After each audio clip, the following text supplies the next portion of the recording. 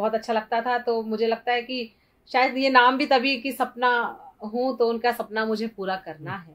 जो उन्होंने सोचा, जो अधूरा कहीं कुछ रह गया, तो मुझे पूरा करना ही है। तो बस कविता मन में थी, रक्त में शामिल थी, वो कवि रक्त मुझ में शामिल है, और मैं इसी पथ को मैंने चुना और आगे बढ़ती चली गई। और आप जैसे, मैं विद्वान लोगों के साथ जब जुड़ी और आप लोगों ने मुझे सही रास्ते बताए, मुझे सही रास्तों का चुनाव करना सिखलाया, सही मंचों की तरफ लेकर गए, तो मैं धीरे धीरे धीरे धीरे मुझ में भी वो अनुभव के माध्यम से वो धीरे धीरे परिपक्वता आ रही है। मैं ये नहीं कह रही कि मैं परिपक्व हो चुकी हूँ, परिपक्वता आ रही है। मुझे अभी आप लोगों के मार्गदर्शन की और भी आवश्यकता है। सपना जी, अपने पिता की विरासत को आपने, और ये मेरा मानना है कि बेटियां जो है वो बाप के बहुत करीब होती है, और सबसे ज्यादा संवेदनशील रिश्ता बेटियों का होता है। और आपने अपने पिता की विरासत को आगे बढ़ाया है, तो ये बहुत बड़ी बात है। माँ शारदा की विशेष आप पे कृपा है।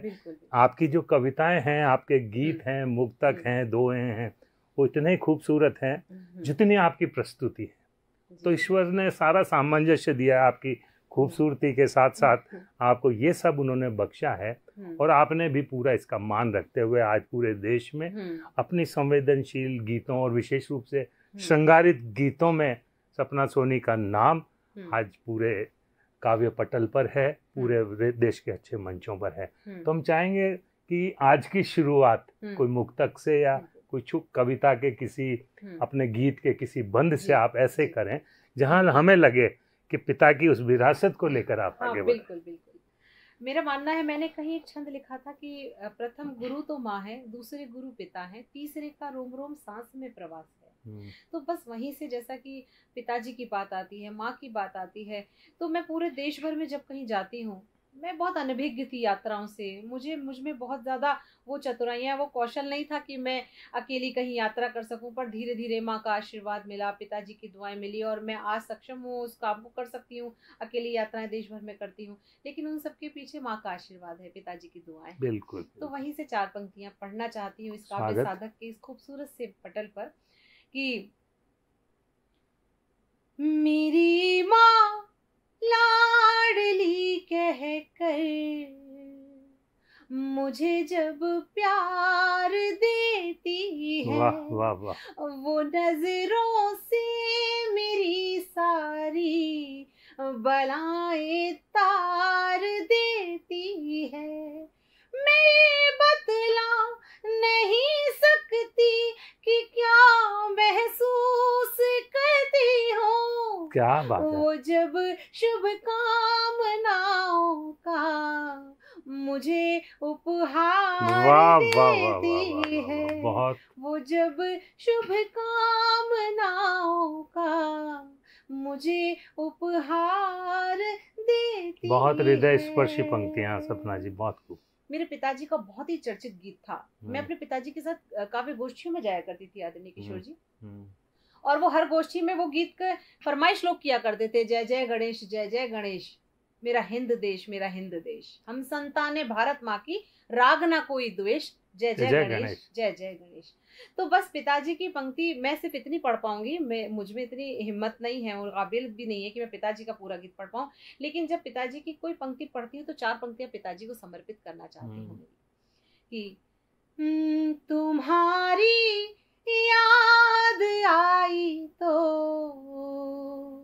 मेरे पिताजी नहीं रहे, तुम्हारी याद आई तो नयन नम हो गए मेरे, छवि दिल में समाई तो नयन नम हो गए मेरे। क्या बात है।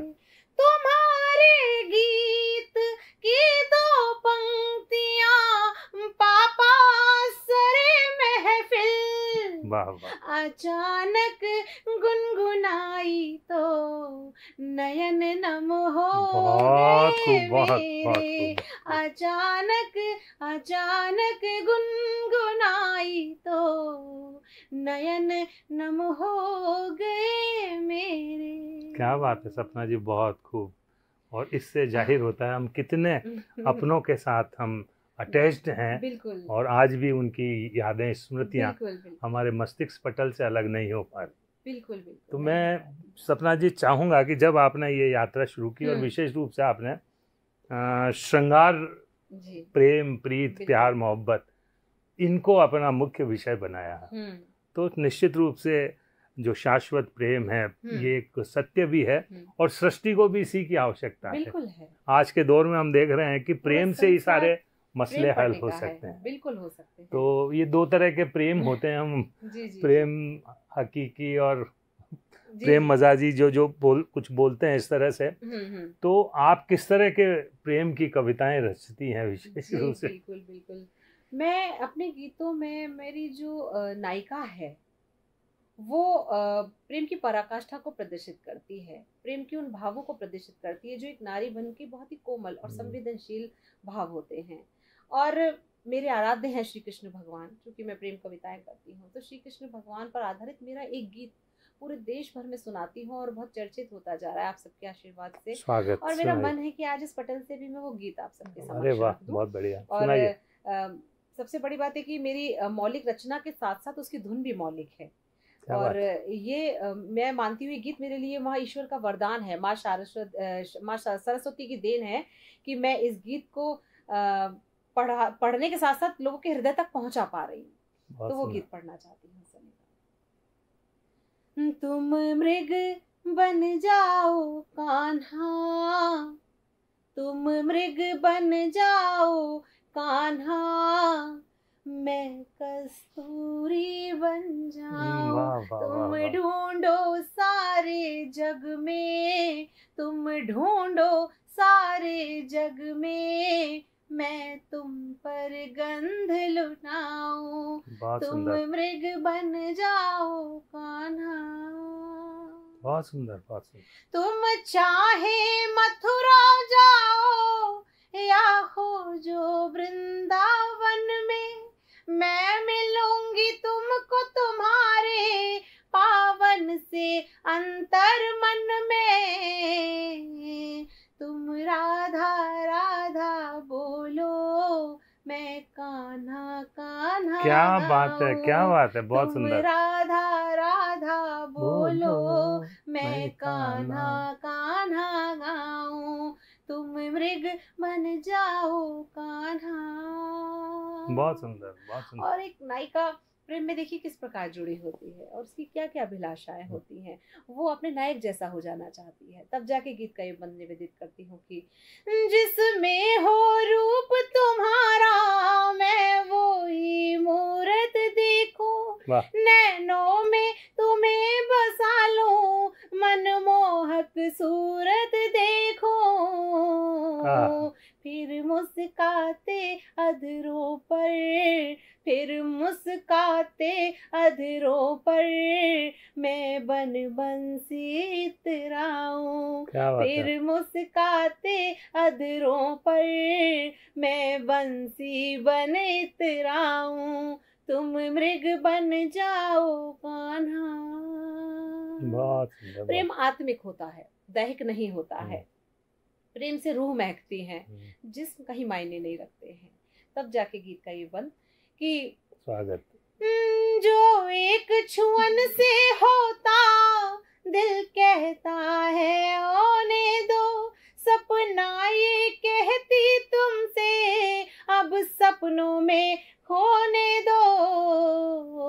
सर रख तेरे कंधे पर, मैं दो पल को सो जाऊं। क्या बात है, बहुत। सर रख तेरे कंधे पर, मैं दो पल को सो जाऊं।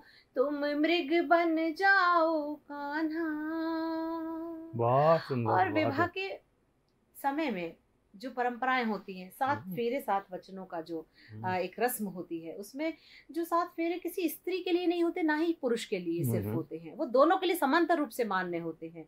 तब जाके मैं कहती हूँ कि आशा है मुझको पूरी, तुम मेरी आस बनोगे, महसूस करूं मैं निस दिन, तुम वो एहसास बनोगे। तुम अपने वचन निभाना, तुम अपने वचन निभाना, मैं अपने वचन निभाऊं। क्या बात है, क्या बात है, बहुत तुम अपने वचन निभाना, मैं अपने वचन निभाऊं। तुम मृग बन जाओ कान्हा, मैं कस्तूरी बन जाऊं। क्या तुम बात है। ढूंढो सारे जग में, मैं तुम पर गंध लुटाऊं। वाह वाह वाह। मैं चाहूं दिस गंध बिखराऊं, मैं तुम पर गंध लुटाऊं। क्या बात है सपना जी, मैं तो ऐसे खो गया इसमें और यूं लगा कि किसी ने मुझे नींद में जगाकर चांदी की कटोरी में मक्खन और मिश्री मिला के खिला दियो, कुछ ऐसा एहसास में पूरी प्रेम की जो पराकाष्ठा है इस गीत में परिलक्षित आपके हो रही है। बहुत बहुत धन्यवाद। और ये यात्रा जो है आप इसे जारी रखिए। सपना जी, मैं उस विषय पर आता हूँ कि आप जब मंचों पर आने लगी और मंचों पर आते आते मंचों के अनुरूप भी अपने आप को ढालना पड़ता है, तब जाके हम आज के इस प्रतिस्पर्धी दौर में हम लोग अपना अस्तित्व और अपना स्थान बनाए रखते हैं। तो उस दौर में आपने बहुत सारे नव प्रयोग भी किए। और विशेष रूप से मैंने देखा कि आपने दुमदार दोहे भी लिखे, पैरोडियां भी आपने लिखी।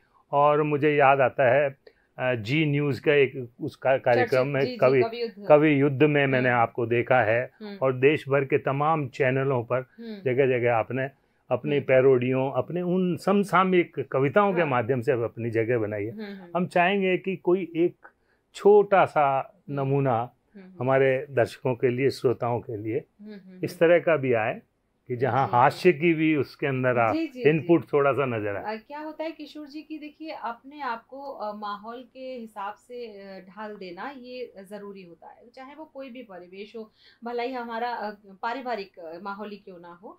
और ये तो हमारा साहित्यिक क्षेत्र है और इसमें मैं जितनी गीत गज़ल कहती हूँ और मुझे लगता है कि वो जन जन तक पहुँचती हैं।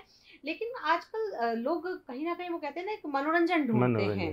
तो मनोरंजन की जहाँ बात आती है, और मैं सभी चैनल्स पर जब जब अपनी कविताओं को लेकर प्रस्तुत हुई हूँ तो कई बार चैनल्स की डिमांड हो जाती है। तब मैंने एक दो पैरोडी ज़रूर कही हैं, हालांकि मेरा ये विषय नहीं है, ना मेरा कोई रस है प्रतिगीत, लेकिन वहाँ जब ये इसकी मांग हुई तो मैंने ये काम भी कर दिखाया। और जब मैं हालांकि मंचों से नहीं पढ़ती हूँ, लेकिन अगर आप कह रहे हैं तो मैं पैरोडी का छोटा सा सभी के बीच पढ़ती हूँ। अच्छा, पैरोडी की भूमिका ये है कि हारे हुए नेता की पत्नी अपने पति से क्या अनुरोध कर रही है, तब मैं पैरोडी पढ़ती हूँ। सुनिएगा। दंग दंग मैं दंग रह गई, देख के तेरी हार, टिकट मुझे दिलवा दे सैया, जीतूंगी मैं हर बार। क्या बात है। मुझे संसद में बैठा दे रे ओ नेता दीवाने, मुझे संसद में बैठा दे रे ओ नेता दीवाने, मुझे सांसद बना दे रे ओ नेता दीवाने। दाएं भी चमचा बाएं भी चमचा, देखूं यही सपना, रुतबा हो अपना, मुझे घुट्टी वो पिला दे रे ओ नेता दीवाने। तुझे जीत के दिखा दूंगी ओ नेता दीवाने, मुझे संसद में बिठा दे रे ओ नेता दीवाने। और एक बंद। स्वागत। नोटों की गड्डी के बक्से भरा दे, बचे विदेशवा में जमा करा दे बलमा, स्विस में जमा करा दे बलमा। तुझे लॉकर में छिपा दूंगी ओ नेता दीवाने, मुझे संसद में बिठा दे रे ओ नेता दीवाने, मुझे सांसद बना दे रे ओ नेता दीवाने। बिल्कुल, आपकी जो है मन की ये भाव है जी ऊपर तक पहुंच चुके हैं। और निश्चित रूप से जब सच्चे मन से कोई प्रार्थना करता है तो वो ऊपर कबूल भी की जाती है। और मुझे ध्यान आ रहा है प्रियंका जी का वो डायलॉग कि लड़की हूँ लड़ सकती हूँ, और जो लड़ सकती है वो आगे बढ़ भी सकती है। आप निश्चित रूप से आपकी ये यात्रा अनवरत चलेगी और बढ़ेगी। और एक चीज़ मैं विशेष रूप से पूछना चाहता हूँ कि गीतों के साथ ये परंपरागत हमारे जो हिंदी मंचों की जो चीज़ें, उसके साथ साथ गज़ल में भी आपने बहुत हाथ आजमाए हैं। जी। और मंचों पर एक गज़लकार के रूप में भी आपकी बड़ी पहचान है। जी। तो हम चाहेंगे कि थोड़ा इस पे बोलकर और कुछ अपनी पहचान की कोई गज़ल हो, कोई ऐसा हो, वो आप अवश्य रखें। उसके कुछ गज़ल एक बहुत ही ज़्यादा महत्वपूर्ण विधा है और इसे कहना आसान भी नहीं है, क्योंकि कहते गज़ल में 32 बहरे हैं और ये सब चीज़ें सीखने में लोगों को ताउम्र मतलब पूरी ज़िंदगी लग जाती है। लेकिन कुछ चीज़ें कुछ बहर पे मैंने काम किया है। तो जो गज़लें मेरी चर्चा में हैं उन्हीं में से एक गज़ल मैं सुनाती हूँ। स्वागत, सुनाइए। करीब है और मेरे श्रोताओं तक पहुँचेगी इस जयपुर काव्य साधक पटल के माध्यम से, तो मुझे भी अच्छा लगेगा। सुनिएगा। बुझी है जो न बरसों से अभी वो प्यास बाकी है, तेरे नजदीक होने का अभी एहसास बाकी है। बुझी है जो न बरसों से अभी वो प्यास बाकी है, तेरे नजदीक होने का अभी एहसास बाकी है। बहुत सुंदर। और गजल का ये शेर, हुआ मथुरा हमारा मन तो वृंदावन हुआ है तन। वाह। चले आओ मेरे कान्हा, क्या बात है, तुम्हारा रास बाकी है। बहुत सुंदर। चले आओ मेरे कान्हा, मन मथुरा तन वृंदावन, रास बाकी है। बहुत सुंदर। हुआ पतझड़ भले जीवन मगर जब साथ में तुम हो, मुझे लगता है मुझ में प्यार का मधुमास बाकी है। बहुत सुंदर। मुझे लगता है मुझ में प्यार का मधुमास बाकी है। और गजल का मुझे ये शेर लगता है कि हासिले गजल है, वो पढ़ती हूँ। इरशाद सुनाइए। मेरी आँखों में झांकोगे तो पढ़ लोगे यकीनन तुम, भले सब हो चुका हासिल मगर कुछ खास बाकी है। क्या बात है, क्या बात है। भले सब हो चुका हासिल मगर कुछ खास बहुत सुंदर बाकी है। और उन प्रेम करने वाले जोड़ों को सलाह देना चाहती हूँ कि यदि प्रेम की कोई भावना में है, यदि कोई प्रेम को महसूस करता है, तो विश्वास और समर्पण इसकी दवा है, इसकी मजबूती है, इसकी नींव है। बिल्कुल। तब जाके ये शेर पढ़ती हूँ, सुनेगा। जमाना चाह कर भी कर नहीं सकता जुदा हमको, हमारा एक दूजे पर अगर विश्वास बाकी है। क्या बात है, बहुत सुंदर। हमारा एक दूजे पर अगर विश्वास बाकी है।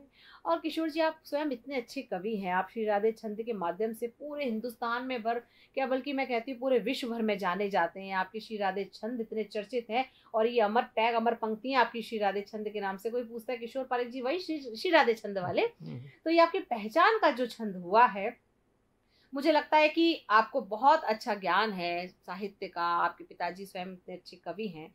तो आजकल की युवा पीढ़ी से एक बात कहना चाहती हूँ कि थोड़ी सी भी अगर लोगों को कहीं सफलता मिलती है तो वो साथ में आसमान पर महसूस करते हैं खुद को, फिर कुछ समझते ही नहीं किसी को। तो मैं एक समझाइश का कह दीजिए, एक संदेश का शेर पढ़ना चाहती हूँ। स्वागत और सुनेगा, आपको समर्पित कर रही हूँ और उन युवा पीढ़ी को समर्पित करना विशेष रूप से हमारी युवा पीढ़ी सुने इस शेर को। बिल्कुल, युवा पीढ़ी सुने, और मुझे लगता है ये काम का शेर है। मैं पढ़ती हूँ। भले पा जाओ तुम मंजिल, मगर संतुष्ट मत होना। भले पा जाओ तुम मंजिल, मगर संतुष्ट मत होना। ज़मीं तो नाप ली तुमने, अभी आकाश बाकी है। वाह वाह वाह। ज़मीं तो नाप ली तुमने, अभी आकाश बाकी है। वाह वाह वाह। बुझी है जो न बरसों से, अभी वो प्यास बाकी है। बहुत सुंदर, बहुत ही बढ़िया। और मैं प्रश्न करता उससे पहले आपने युवा पीढ़ी के लिए ये संदेश दे दिया। बहुत अच्छा, बहुत जरूरी बात, बहुत अच्छा और बहुत सार्थक। और विशेष रूप से आपने जो प्रेम की जो बात की है, विश्वास और हमारे समर्पण पे टिका हुआ है सारा ये। बिल्कुल बिल्कुल। प्रेम बड़ा रंग बिरंगा सा एहसास है। मुझे लगता है कि प्रेम जो एहसास है उसमें सिर्फ खुशी खुशी है, तो प्रेम को पुष्पित पल्लवित होने से कहीं ना कहीं उसमें अवरोध आते हैं। प्रेम में रूठना भी होना चाहिए, प्रेम में मनाना भी होना चाहिए, प्रेम में मनोहार भी होनी चाहिए। तो प्रेम में एक दूसरे पर अधिकार जताना भी होना चाहिए, तब जाके प्रेम पुष्पित और पल्लवित होता रहता है। ये छोटे छोटे से एहसासों को जब हम एक साथ देखते हैं तो उसे प्रेम कहा जाता है। तो कुछ मनोहार की बात कुछ मुक्तक के माध्यम से या कुछ दोहों के माध्यम से, प्रेम पे दोहे भी आपने बहुत लिखे हैं। मैंने दोहे काफी लिखे हैं, और एक दोहा, मैं सिर्फ एक दोहा पढ़ूंगी, फिर उसके बाद में एक गीत आप लोगों के बीच और सुनाऊंगी। एक दोहा मेरा यहाँ राजस्थान भर में जहाँ भी सुनाती हूँ तो बहुत चर्चा में रहता है कि आप भी सुनिएगा कि हमारा ये जो राजस्थान है, खाटू नगरी, खाटू श्याम बाबा का पूरे देश भर में डंका बजता है।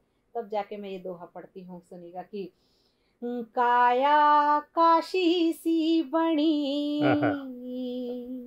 मन बिंद रावण धाम।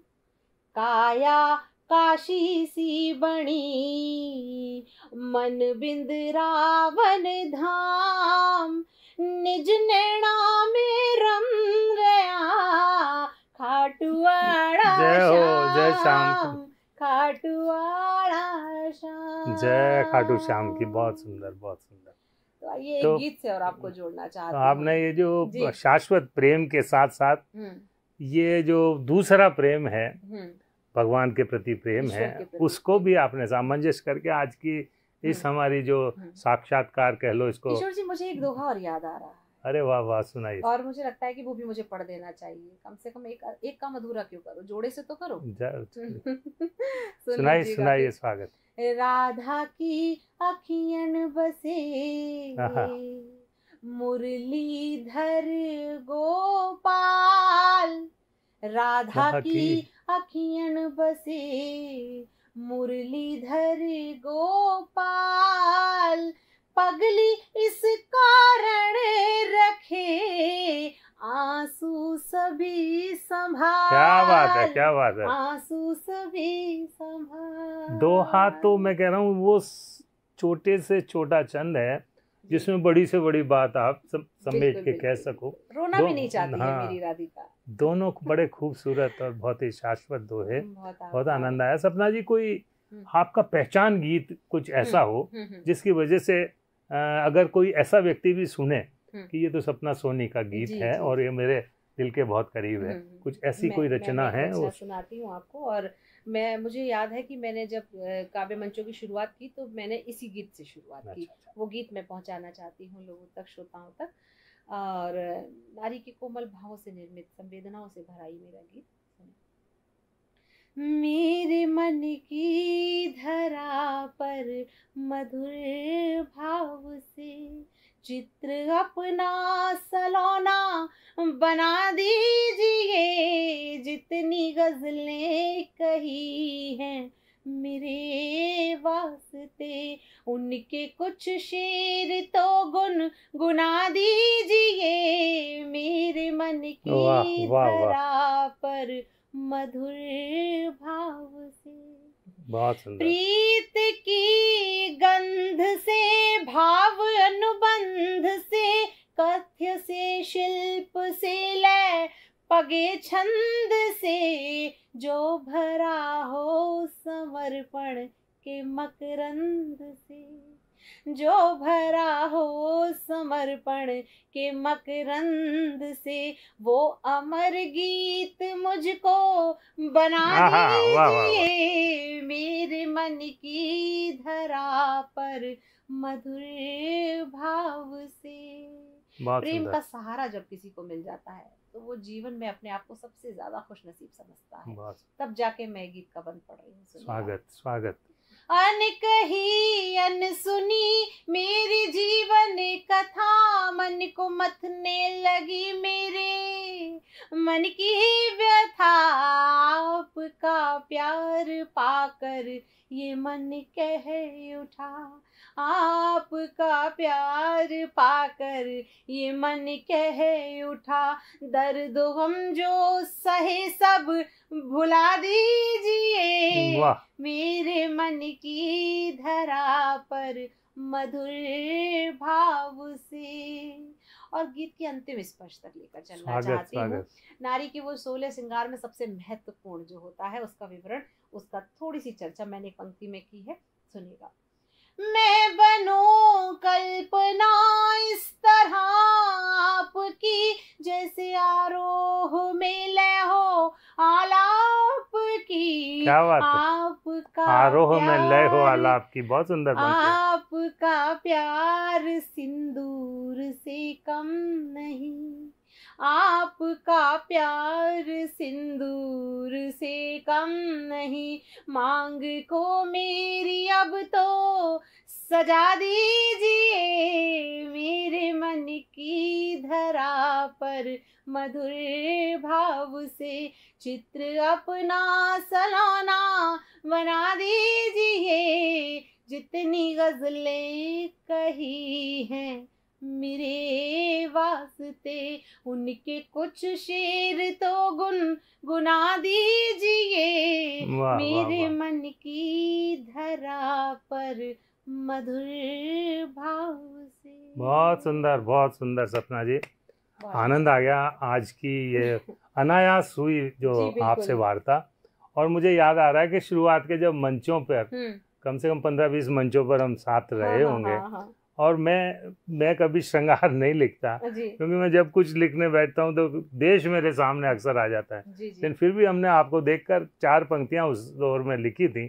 तो मैं चाहता हूँ कि हमारे दर्शक और श्रोता आज जिस कवित्री से आमने सामने हम लोग वार्ता कर रहे हैं, साक्षात्कार कर रहे हैं, वो अब आज की तारीख में बहुत प्रतिष्ठित स्थान पर पहुंच चुकी हैं। और शुरुआत के दौर में जब हम उनको बुलाया करते थे कि तुम्हारी मौन मर्यादा बनी मानस की चौपाई, बहुत कम बोलने वाली सपना, आप तो देखते हैं कि बहुत बोलती हैं, कि तुम्हारी मौन मर्यादा बनी मानस की चौपाई, हंसी जो गीत गोविंदम की कोई पंक्ति मुस्काई, उठी पलकें जो सीख कबीरा की, झुकी जैसे बेचारे सूर की राधा हो शर्माई, झुकी जैसे बेचारे सूर की राधा हो शर्माई। तो सपना जी बहुत अच्छा लगा, विशेष रूप से आज आपसे वार्ता करके, आपकी इस काव्य यात्रा को देख के मन बहुत ही प्रसन्न है। और हमारी जयपुर काव्य साधक और हमारे जितने भी श्रोता लोग हैं उनकी तरफ से आपके लिए बहुत बहुत शुभकामनाएं हैं।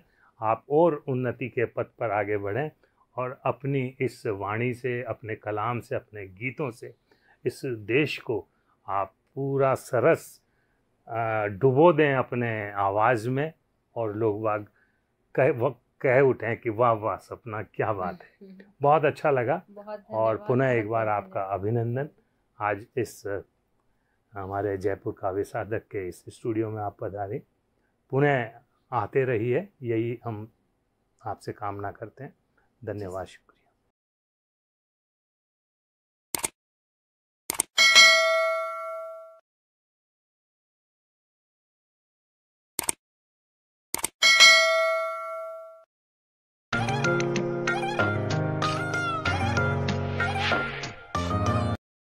नमस्कार मित्रों, मैं किशोर पारिक किशोर और जयपुर काव्य साधक स्टूडियो से आज विशेष दिन हमारे लिए इसलिए है कि माँ शारदा की एक वरद पुत्री सपना सोनी हमारे साथ में है, जो कि देश के वरिष्ठतम जो कवित्रियाँ हैं उनमें आज शुमार है इनका नाम। और बहुत कम समय में जो ये यात्रा एक बुलेट ट्रेन की जैसी सपना जी आपकी रही। मैं आपका इन शब्दों के साथ हार्दिक स्वागत और अभिनंदन करता हूँ कि थे भला पधारे आज आंगणे म्हारे में प्रेम प्रसून चढ़ावा चरण में थारे। मित्रों, सपना सोनी की यात्रा मुझे बिल्कुल मेरे सामने चलचित्र की तरह चल रही है। पिछला मैं समझता हूँ 1 दशक भी अभी तक पूरा नहीं हुआ। 7-8 साल पहले जब मैं सपना सोनी से मिला था तो एक अलग ही सपना सोनी थी। मेरी गोष्ठी के अंदर ये आई और इन्होंने अपनी शुरुआत की। मैं मानता हूँ कि इन्हें विरासत में इनके पिताजी और आगरा का जो बहुत बढ़िया काव्यमय वातावरण मिला, लेकिन मंचों की ओर ये तब तक अग्रसर नहीं हुई थी। ताजमहल की नगरी मोहब्बत और ताज की नगरी, और वहाँ से राजस्थान के इस दौसा शहर में आप आकर बसी। लेकिन कविता का माहौल उस समय तक इनके पास नहीं था। ये जयपुर गोष्ठियों के लिए आया करती थी। इससे इनका काव्य के प्रति समर्पण, त्याग और लगाव महसूस हुआ और सपना सोनी ने धीरे धीरे अपना जो मुकाम बनाया। आज देश के वरिष्ठतम कवित्रियां हैं उनमें आप शुमार हैं, और ये हमारे लिए भी बहुत गौरव की बात है कि इनकी यात्रा हमारे साथ शुरू हुई और आज इतने बड़े मुकाम पर हम देखते हैं तो हमें भी गर्व, गौरव और गुमान होता है। पुनः एक बार आपका स्वागत करते हुए सपना जी, मैं सीधा आपसे बात करना चाहता हूँ कि किस तरह से कविता से इतना लगाव आपका, कैसे क्या शुरुआत हुई, थोड़ा बताएंगे। मेरा मानना है, सबसे पहले तो मैं जयपुर काव्य साधक परिवार को बहुत बहुत आभार व्यक्त करना चाहती हूँ। आदरणीय किशोर पारिक जी, जिन्होंने मुझे उस पहले पायदान पर देखा था जब मैं कविता के लिए ललायत थी, लिखने के लिए नहीं, कविता जन जन तक पहुँचाने के लिए ललायत थी। मैं ढूंढ रही थी वो रास्ते जहाँ से मुझे पता चले कि किस पथ पर मुझे बढ़ना है। ये वे लोग हैं, आदरणीय किशोर पारिक जी, दादा वरुण चतुर्वेदी जी, आदरणीय हमारे लोकेश साहिल जी, जोगेंद्र गर्ग जी और तमाम अन्य लोग भी इस जो समूह से जुड़े हुए हैं, जयपुर काव्य साधक परिवार के सदस्य हैं सभी।